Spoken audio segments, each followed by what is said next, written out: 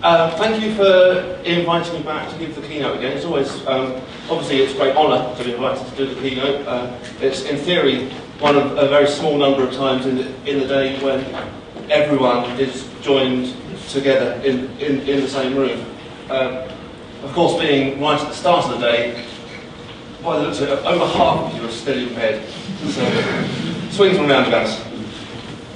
So anyway, I wasn't told what to talk about this year. Last year I was told I had to give my history of London PM tour, but this year I was given a free rein, so I decided I'm going to talk about the M word. So we should probably start by working out exactly what the M word is.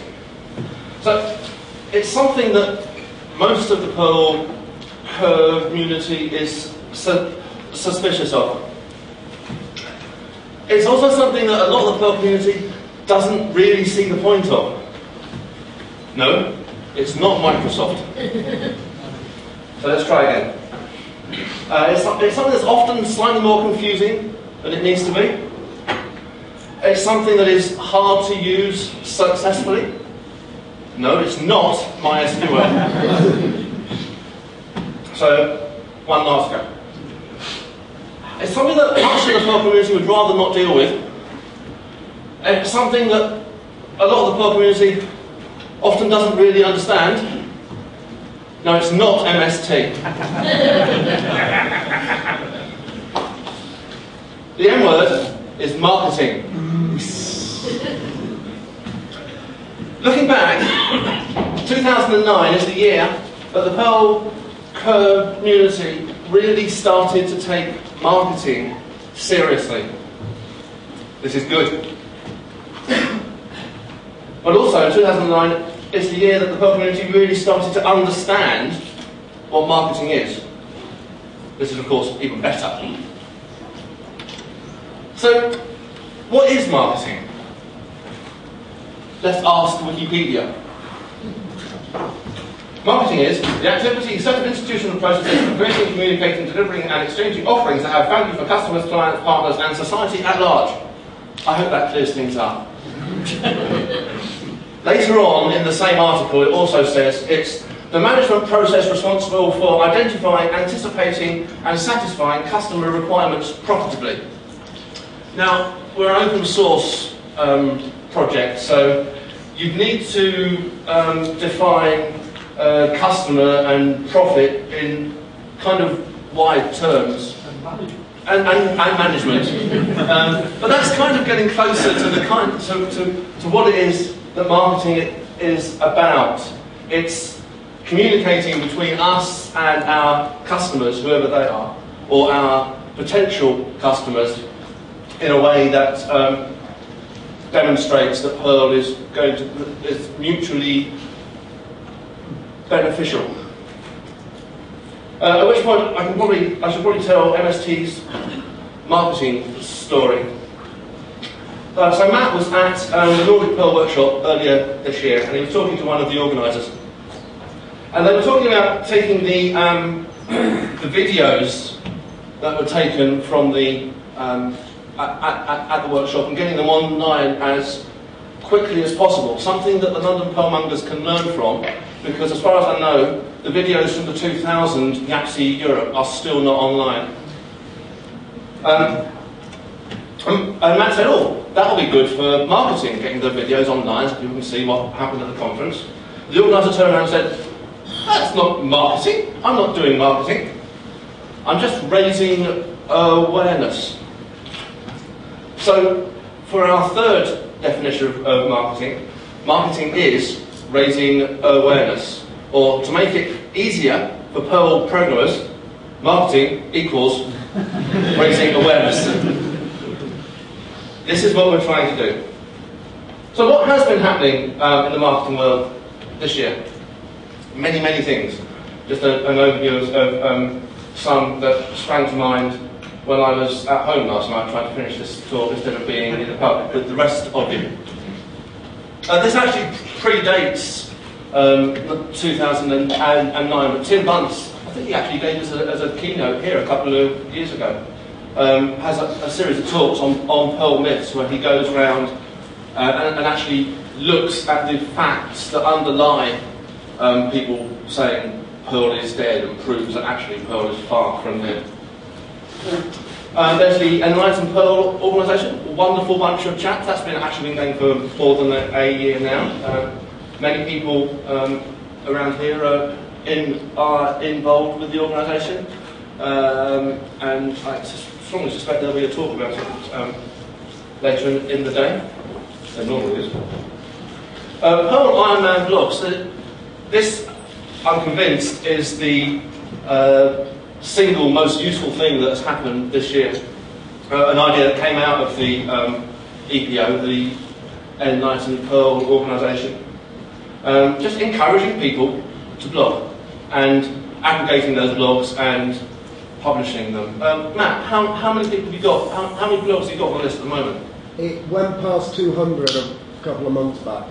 Yeah, so over 200 people writing Perl blogs, and all it took to encourage them to do that was a promise of a silly little picture of a man that turns from paper to rock to iron, and suddenly you get 200 people out there writing about Perl. I mean, I subscribe to the Iron Man RSS feed, and I get just too many interesting blog posts about Perl to read every day.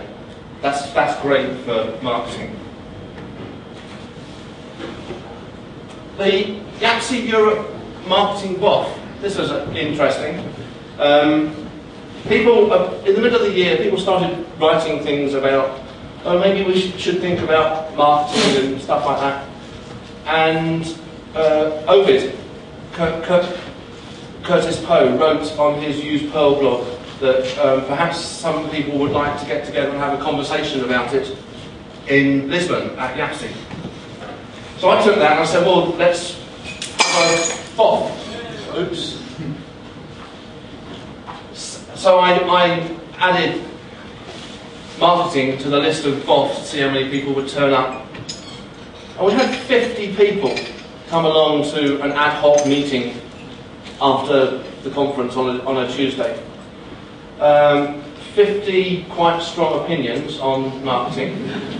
There was a lot of heat and light generated. I'm not sure that we got anything particularly positive on how we were going to move forward, but it certainly showed that there were a lot of people out there who were starting to realise that marketing was something that we needed to be doing. One thing that arrived about that time, TPF have a marketing committee, or they're in the process of setting up a marketing committee. We're saved. The Perl Foundation are on the case. CleaningupPM.org. This is a project that hasn't been shouted about, but Gabor Szabo has been doing a lot of work in this area. PM.org is the website that lists all of the local Perl mongers' websites.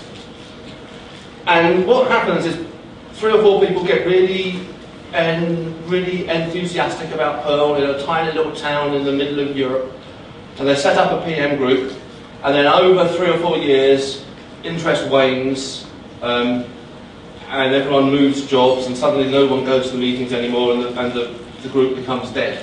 But because no one bothers to tell the people that run PM.org that the group is dead, the group is still listed on the PM.org website. So another couple of years pass and someone tries to get in touch with the group and gets no response because the group is no longer there. That's not good for marketing Perl. It doesn't do our image much good at all. So Gabor's been doing a lot of work trying to track down the people that run all these obscure little Perl monger groups. Several years ago I took over as running all of the Perl mongers, a job that I don't do anymore. But one of the first things that I did was a lot of work here, and we had 500 Perl monger groups listed, and after I did my clean-up, we went down to less than 300. So I started off my job by being the man who killed off 200 Perl monger groups. So that's an important part of the marketing. Website redesigns. Leo's here. Stand up, Leo. Everyone find Leo. The work that Leo's been doing on pm.org and a load of the other smaller Perl websites over the last couple of months has been fabulous.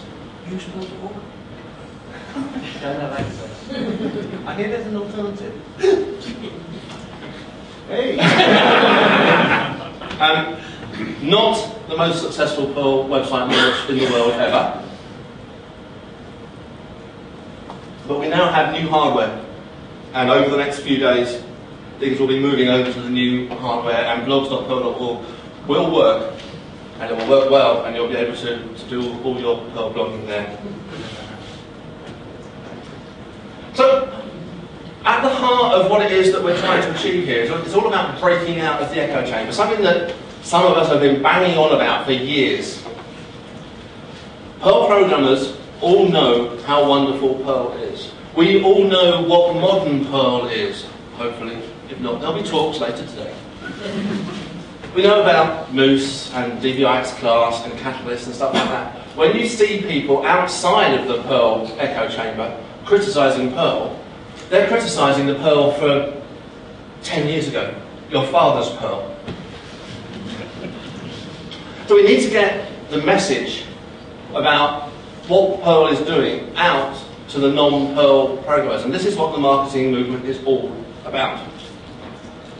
Another thing, something that Gabor has been talking about is we're great at holding Perl conferences and getting people to come along and explain to each other how wonderful we are, but we don't get much Perl presence at non-Perl conferences.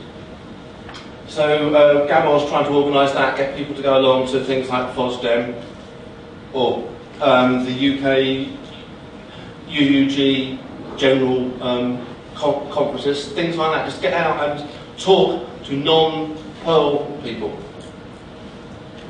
This has all been mostly uncoordinated activity. It's all just, this year, it all just happened to come together simultaneously. But I think it's having a big effect, and hopefully it's only the start. And we can achieve an awful lot more if we get a little bit more organisation behind it. You can help.